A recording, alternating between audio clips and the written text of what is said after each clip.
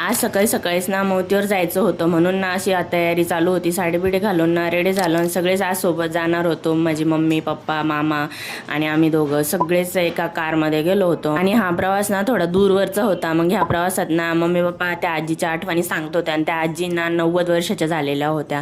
किती छान जगल्या त्या आणि आपल्याला एवढं आयुष्य पण नाही, म्हणून छान जगून घ्या. आणि ना येता आहे ना आम्हाला खूप जास्त भूक लागली होती. मग हा बोर्ड बघून ना इथं थांबलो.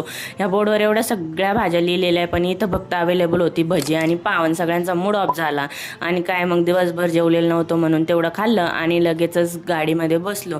येताना माऊ दिदी अशी छान झोपून आली होती, कारण ना तिला तर खूप बोर झालं होतं. घरी आल्या मस्त असा गरमागरम चहा घेतला आणि तेव्हा खूप शांत झालं. आणि ही ना देसी पॅरासिटामॉल आहे बरं का चहा म्हणजे. नंतर ना अशी छान डाळ खिचडी बनवली आणि आंघोळ वगैरे करून हे सगळं केलं बरं का. नंतर मग अशी जेवून घेतलं आणि असं संपला आजचा दिवस. चला भेटूया नेक्स्ट व्हिडिओमध्ये. Bye bye.